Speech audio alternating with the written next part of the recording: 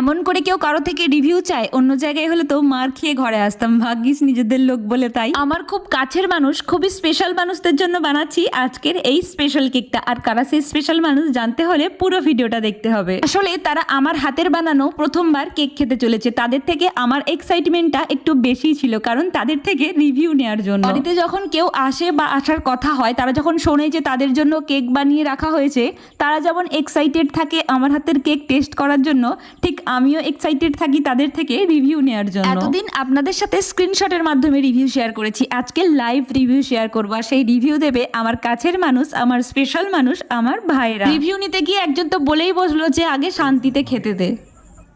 বলো কি টেস্ট, বল বল তাড়াতাড়ি বল। খুব সুন্দর, খুব সুন্দর, খুব সুন্দর, ভালো লাগলো, খুব টেস্টি। হ্যাঁ, শান্তিতে ওদের মুখ থেকে তো রিভিউ শুনেই নিলেন, এবার ওদের শান্তিতে খেতে দিই আর বাকি কেকটা